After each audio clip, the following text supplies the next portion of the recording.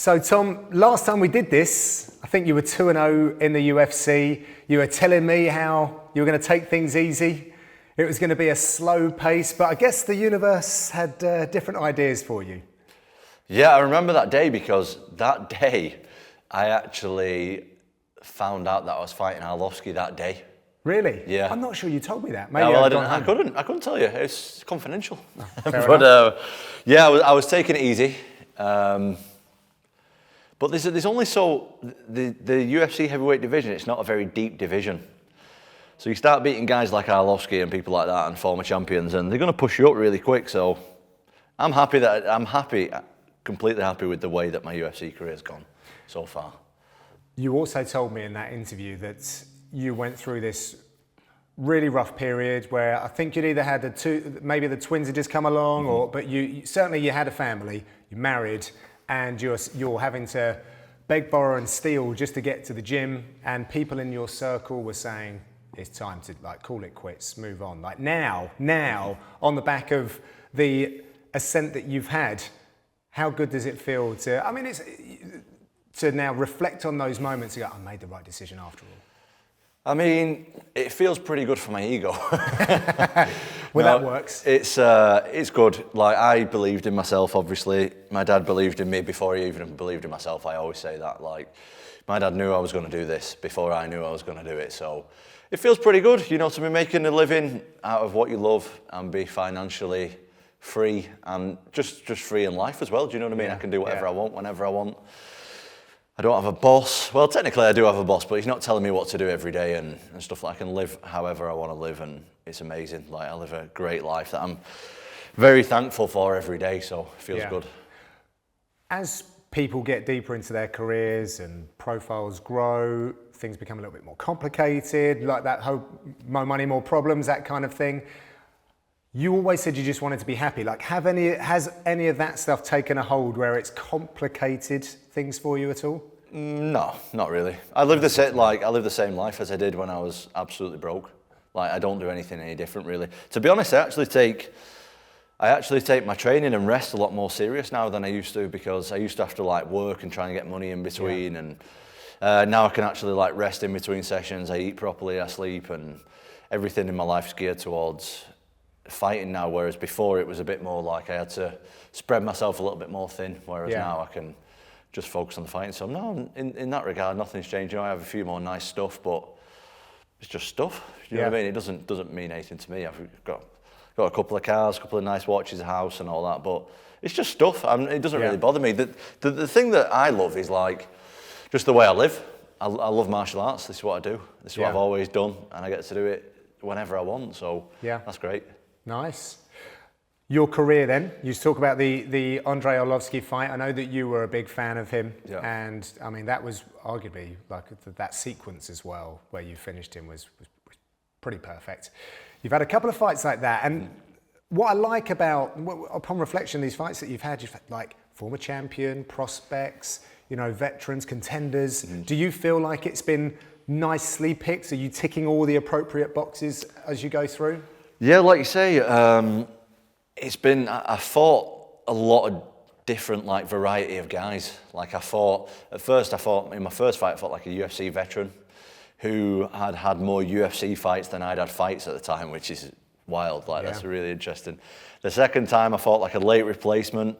Then I fought Arlovski, who's obviously he's a former champion and stuff.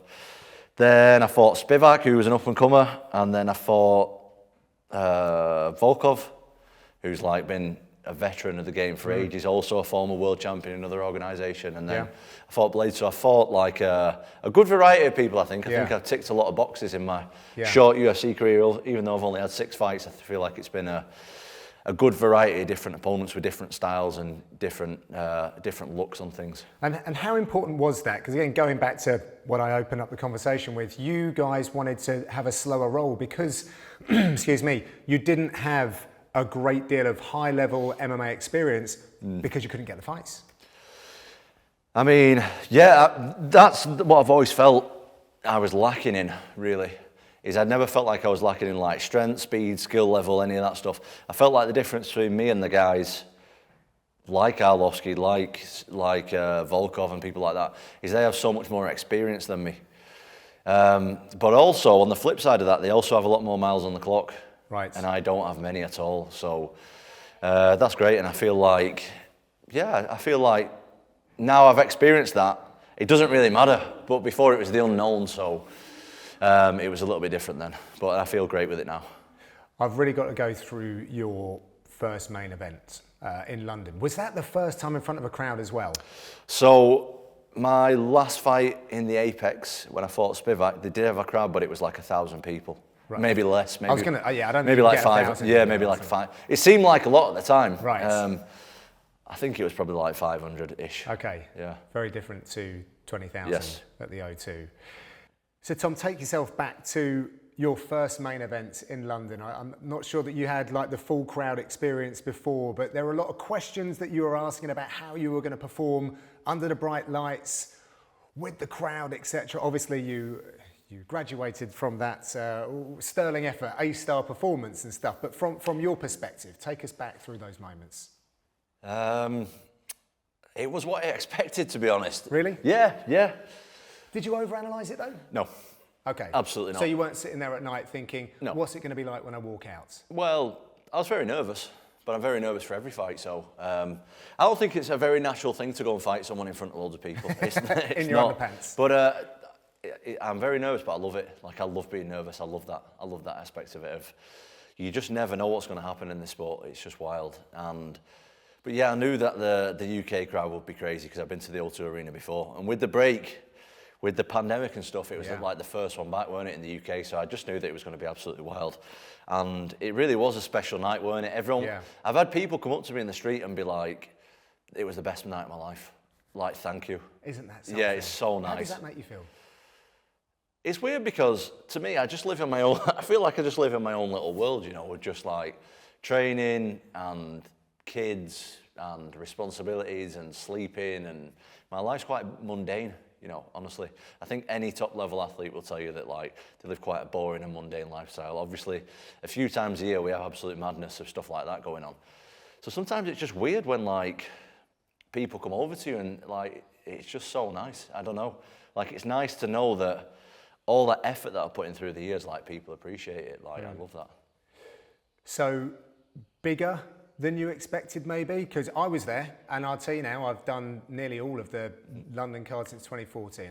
I've never experienced anything like that at the O2. It really was something, weren't it? I think it really was. And the build-up as well. Yeah, I think it was just some special, I think that was a special evening, definitely. I don't know if we can ever get it again. I think that the March show, was it March or February when Leon fought? Yeah. I think that was epic as well. Like, that was great. That was a great event.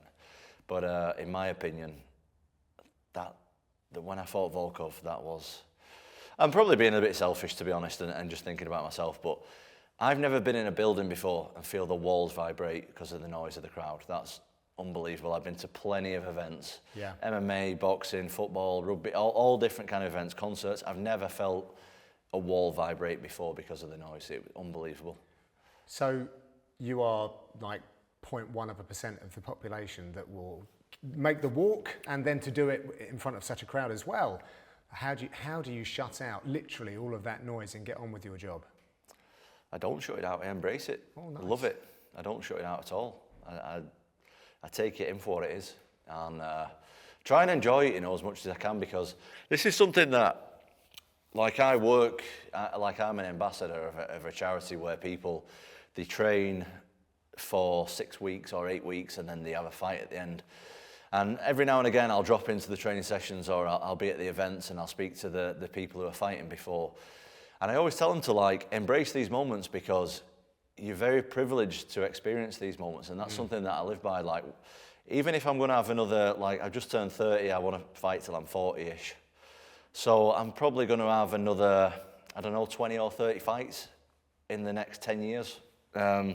So I'm going to experience that another 20 or 30 times, and that's it. Yeah. That's it. That's all I'm going to experience, and then I'm done. And 20 or 30 few-minute moments, it's not that much. Like, it's not that much, so I try and embrace it for what it is. Don't let the emotion take over, and just enjoy myself. That's what I try and do. And how close was that performance to the proposed game plan against Volkov? I don't really go off game plans, to be honest. So it was going off feel? I just go off feel, yeah. Yeah, I think I match up well with... Obviously, the stuff that we do in the training camp, especially like my dad, I feel like my dad is like some kind of mastermind, and he knows exactly what to look for and what to put in the training camp. So I feel like my body just does it, you know. I feel like I know what to do. I watch my opponents, and it's not like, right, if he does this, you do this, because that's like BTEC stuff. That's like theory stuff. And you can have an idea of what to do when they do certain stuff, but for me, if that doesn't work, like I'll get out of like what I call flow. Yeah. Like if I'm in flow and I don't get what I'm supposed to get, I'll come out of that because I'll start overthinking it. So I just go in with a general idea of what I want to do. To be honest, I didn't even plan on taking Volkov down, but it was there. Itself. Yeah, it was there. It presented itself exactly. Yeah. So, and that submission, I catch that all the time in the gym. I've been catching that for 10 years. So yeah, it was there, and he's got very, very long arms. So I got to attack him. Yeah. No, it was a great moment, a really, really special moment for everyone in that building. So what did that give you? After you had all these questions, so you come out the back of the Volkov fight, like how different did you feel as a professional athlete? I just proved to everyone that I'm legit. I thought I was legit anyway. I thought I was legit before anyone else thought I was legit, but it's nice to validate that in front of the world. That's nice, like especially on a massive scale like that. Like it's nice to know to let everybody else know this is where I am, and yeah, that was pretty good. I was lucky enough to come visit you for your Curtis Blaydes camp. Yes. And you did a few things differently. But if I may, I felt like you and your team were just trying to still figure some stuff out. For you particularly, and again, going back to we'll take it slow to, we're not taking it slow anymore. We get past this guy and we're in reach of the belt. So was that a fair assessment? In terms of your preparation? Yeah, I think so. I was going over to Holland, because that's what you're referring to, is it? Yeah, that was certainly one part of it. Yeah, well, I was going over to Holland to train for my last couple of fights before that. The issue was really, is at the gym where I was, is that I just didn't have any guys near to my size. Like, it's a great gym, Team Carbon's a great gym, great team, but it's a team of small guys ultimately, and especially towards the end of when I was training there. I just didn't really have any training partners, so I was a bit scrambling around trying to find people who were big to train with, even to drill with, not even just for sparring, but even like for drilling and stuff like that. Like I trained at Team Carbon for a long time. Like I owe Colin a lot. Like he taught me a lot of stuff over the years, as have many other coaches. You know, I've worked with other coaches as well, Peter Fury being one of them, and the whole Fury family. I've worked with them for a long time, and I could be here all day talking about the coaches who have helped me. I've trained martial arts all my life, but the ultimate thing is I needed training partners really, really bad, and my dad was on me for that, and I agreed with him, and I wasn't feeling like motivated I wasn't feeling, maybe not motivated, I wasn't feeling like mentally stimulated to turn up at a gym where no one was anywhere near my size. It was hard to get in the headspace to do that. So I think for the Blaydes fight, I was kind of scrambling around for that a lot. You could definitely say that. It was kind of like I was going here, there and everywhere to try and find guys to train with, really. But on the back of that, I mean, and I know that you guys always tell me when I sit in a seat like this and ask you the questions, whether it's true or not, but a lot of physical changes, like you look like you were getting ever more strong, and you were really happy with a lot of elements. So going into that, like how good were you feeling? I was feeling good. I was definitely feeling good. I don't feel like I was mentally in a great place, to be honest. I felt different in that fight. I don't know what it was. Maybe it was that whole scrambling around situation. I don't know. I just didn't feel like... I felt like I was a bit overwhelmed. I think I was taking back-to-back fights too quickly, to be honest. And I think that after the Volkov fight, I needed a bit of a break just to let everything die down a little bit and just enjoy my win. And then they offered me another fight with Blaydes back in London, and I just felt like I couldn't really say no at the time. And I felt like since then, I really put myself first on everything, because this is a selfish sport, and I've got to get in there. It's me who's got to get in there, nobody else. Like, I have to get in there. And I just got in there and smashed my knee in front of everybody. and I had to have a big surgery on it, and I had to have a year off. Yeah. And if I'm not selfish now, then something like this is going to happen again. Yeah. And I can't look back and say, I knew it was wrong, but I didn't fix it. Right. I can't do that again. Like, I need to put myself first and go, right, this needs to be sorted now. Like, even stuff like, sometimes it's okay to say to the UFC, look, I need more time. Like, my body's not right, I need more time. It doesn't matter about money, doesn't matter if they're coming back to London, doesn't matter about opponents. Like, just give me a sec. Right. Just to recuperate a little bit before I take another fight, and that's what I didn't do. Yeah. You mentioned it, obviously, the knee. Yeah. But I think I came to the gym to speak with Darren. This is you pre-UFC, and I'm pretty sure you had a knee injury at that point. I did. I don't know if it's the same knee. I've been I don't know if hiding it's it for a the same long time. injury. So Yeah. was this inevitable? Oh, this was more than inevitable.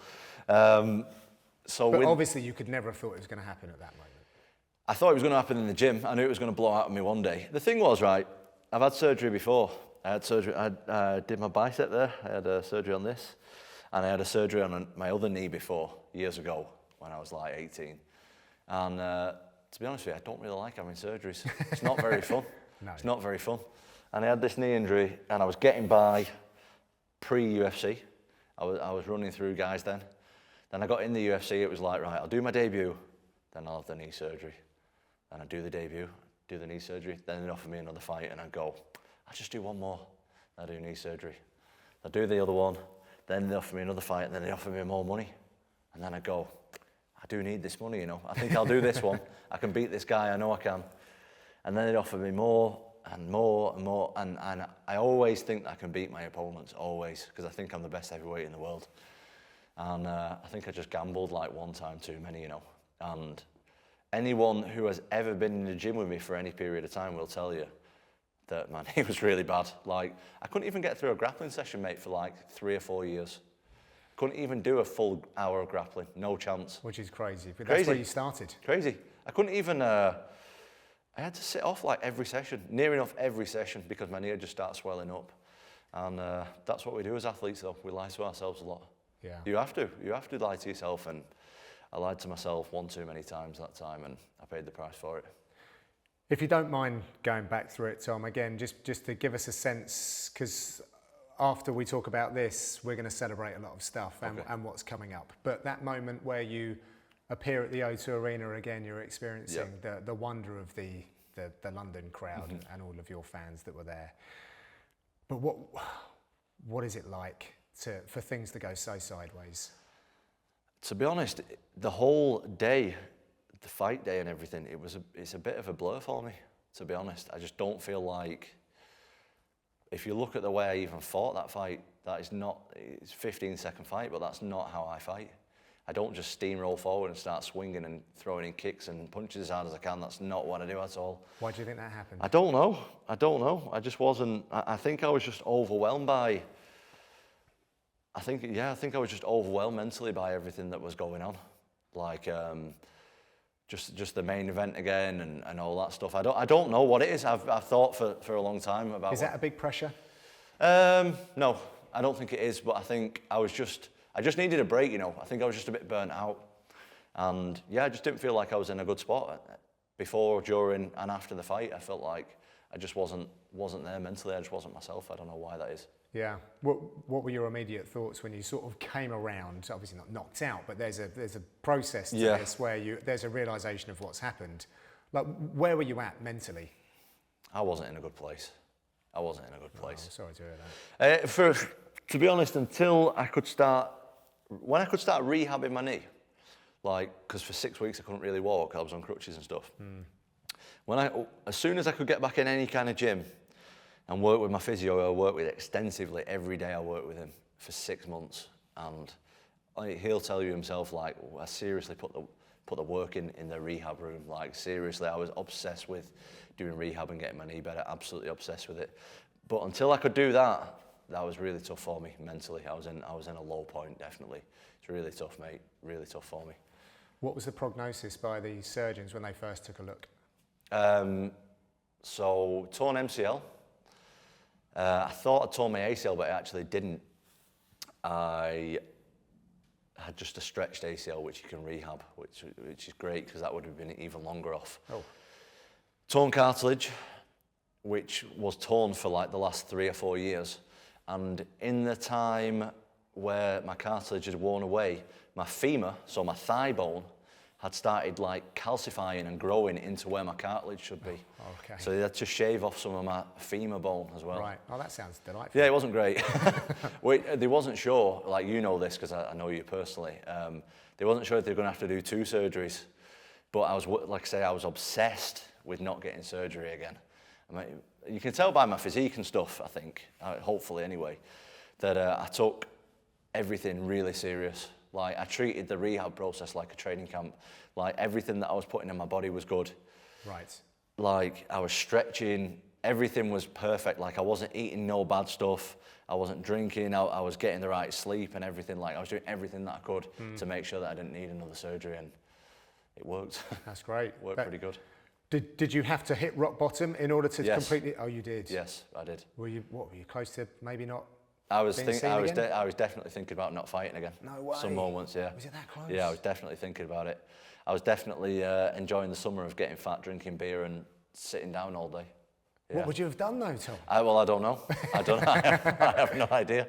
I don't know. I was just in a bad spot, mentally. At some point, I was just like, I'm not a rich guy or nothing, but I'm financially secure now, and maybe I'll just invest my money and do something else. Or I don't know. It's just a miserable spot to know that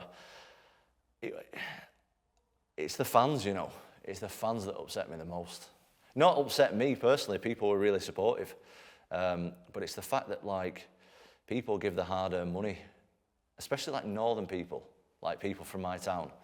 People there don't have money. Like, this isn't a place where, like, people work for months to go down there and support me. Like, for months.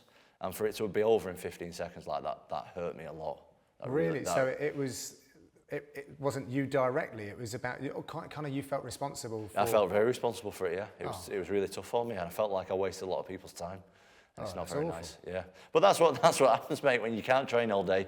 You sat there with a massive swollen leg, you can't walk, like this stuff kind of plays on your mind, yeah. Learning lessons on the back of it? Oh, massively. You know what, I think it was, with all that we just said, I think it was the best thing that's ever happened to me, to be honest. Well, that's a positive. I feel amazing. Like, my training situation's so good now, like so good. I've really cut out a lot of negative things from my life that I didn't need. Not just chocolate? Chocolate's gone. Well, I don't class chocolate as negative. I think it's quite positive. It makes you feel really nice when you eat it. No, just stuff like, even just putting energy into stuff that didn't. So basically, the way that I live now is like, anything that doesn't serve me becoming UFC heavyweight champion of the world just doesn't belong in my life. Simple as that. It sounds a bit cutthroat and a bit narcissistic, but that's the way it works. Whereas before, it wasn't really like that. It was like, I would be like showing up at people's dad's 60ths because for nothing when I'm in training camp, and right.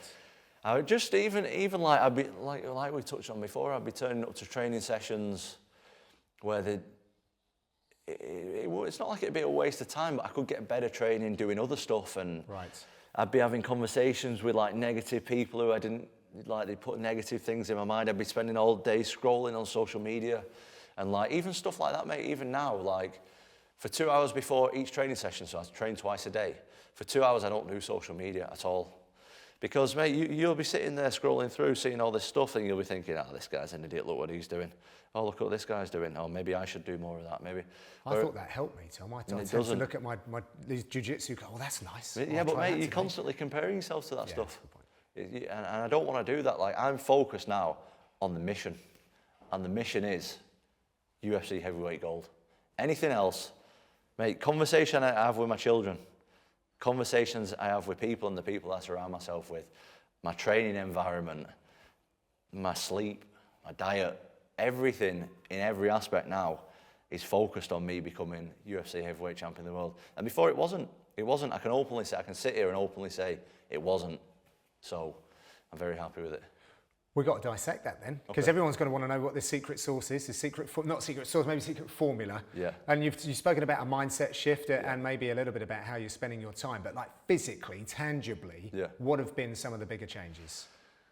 Training partners, definitely. Well, they're tangibly big boys. massive. Big boys, yeah.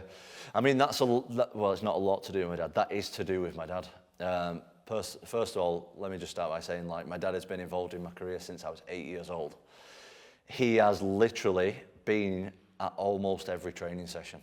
Almost every training session, from me being 8 years old to me being 30 years old. And that's wild, like, to say that. And yeah, I just wanted to let him kind of make decisions for me, as opposed to me kind of intervening, other people intervening with stuff. I want my dad to sort stuff because ultimately he has my best interests at heart. Ultimately, he's my father. He's looking out for me as a son and as a coach. And yeah, he just said, you know, he started off by like, Tom, we need to get some more heavyweight training partners. I'll just do a session, bring a couple of guys in, see how it goes. Cool, no problem. So we started doing that. Before we know it, mate, we got 15 heavyweights on the mat, near enough every day. So they are available. Because I think one of the questions was, coming into like the Curtis Blaydes, and maybe some before, like, is there even a heavyweight scene here in the UK? There's a massive heavyweight scene, you know. Like, we've got guys coming in. Can I talk about other organisations or no? Yeah. Like, we got guys on the mat there, KSW, got guys from Yeah, we got guys from One Championship, we got guys from Brave. We've got guys from the UFC now with Mick. Like, we've got guys from all the top organisations, heavyweights, coming training with us. Like, and how many big fellas are we seeing on the mat? Maybe average. I'd say average of 10 a day, 10 heavyweights a day. Was it Shamrock that said you only need 2 training partners? Someone a little bit worse than you, someone a little bit better. Yeah. And now you've got 10 bodies. There's 10 good guys every day and everyone's trying to help and there's no egos at the gym.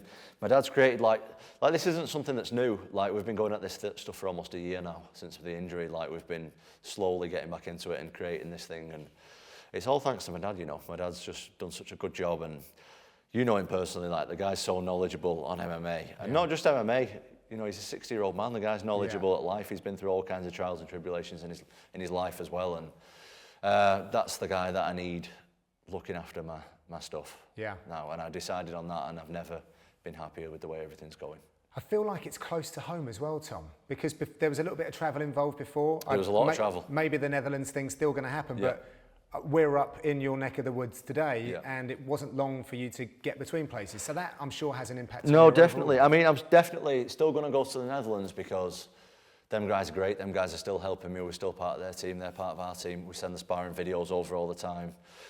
They're breaking down stuff on my opponents and stuff like that. We're still going to do that. Them guys have been amazing. But yeah, even like the travel time, like, I can rest a lot more, which is great. Like, as a heavyweight, see, this is my opinion, and I've always said this. Heavyweight MMA has like its own rules.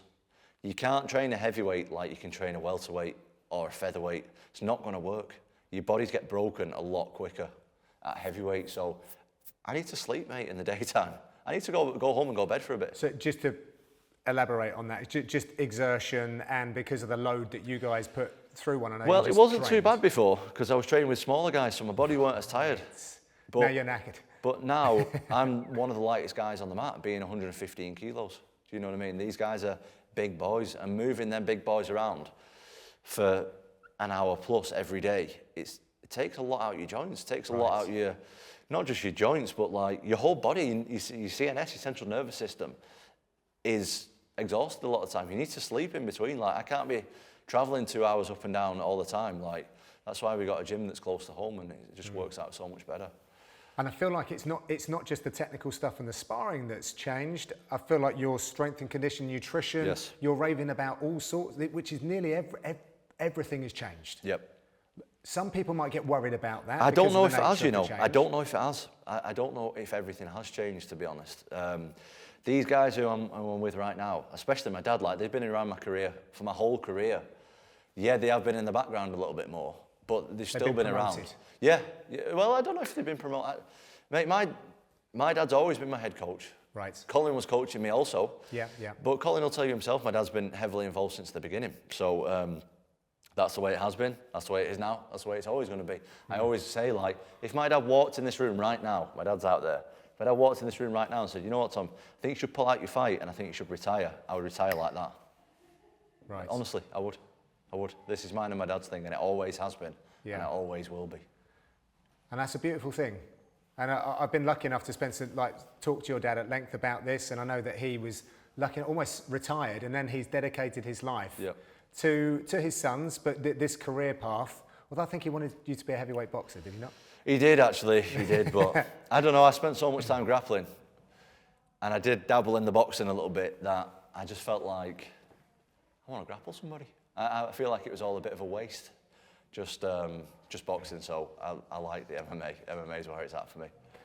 So give us an idea, like, how good are you right now? How good in terms of what exactly? Just how well are you motoring along? After that? Never been sharper, ever.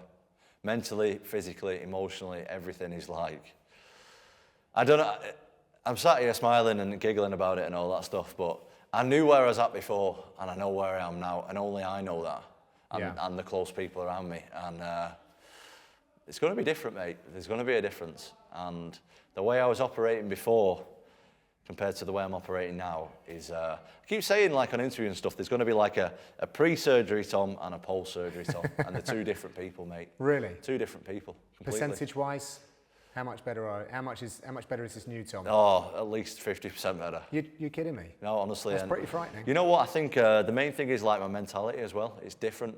It's way different. Before, like, I like to think of myself as a nice person, a polite person, and nice to be around. But sometimes you have to be a little bit cutthroat and selfish in this business, you know. And sometimes it's okay to say no, and it's okay to put yourself first and be like, I'm gonna win the like. This is the way that I think of it now. Like, I'm a loyal guy, but I'm loyal to my dream more before anything. Before anything else, I'm loyal to my dream.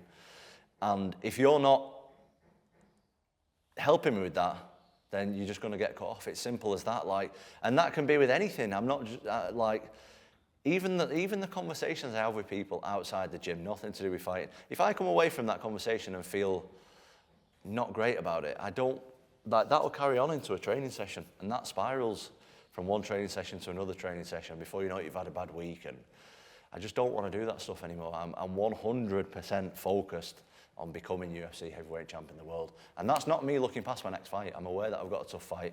I'm aware that this is a really tough test for me. I'm not looking past that at all, but I'm saying the overall goal is me getting that belt. Well, let's talk about the fight then. We'll touch on this one.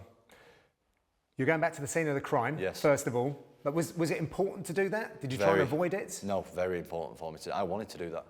Okay. I asked the UFC to do that. Right. I wanted to do that. No tune-up, straight back in. I don't want to tune up. I don't want the O2 Arena to be a taboo place, because the O2 Arena is a beautiful place for me. Yeah. Like, I won the Volkov fight there, I had the absolute performance of my life there, the best night of my life. And I had the worst night of my life there as well. But also, the biggest lesson that I've ever had in my life there, I had with Curtis Blaydes' fight. So it's a beautiful place. I want to go back there, and it's important to me, as we touched on before with the fans and stuff. I feel like I owe it to the fans. I owe it to the fans, definitely. And I want to go and show them that I'm the guy. Marcin Tybura is the man. Yes. What can you tell us about him? He's a nice man. He is a nice man. I like him. I like him personally. Tough out though, Tom. Good everywhere. Hard to look good against as well. Yes, I'm glad you said that, because he is very hard to look good against. He's very awkward. Not a lot of people know him. I mean, the hardcore MMA fans know him. The casuals maybe don't know him as much. And that's always tough, because he's not got that name value that other guys may have. And it's always a bit of a lose-lose fighting someone like that. Because if you lose to him, you've lost to him. If you beat him and you run through him, everyone's like, well, we didn't know who he was anyway. Which, I'm only talking about the casuals here. Sure.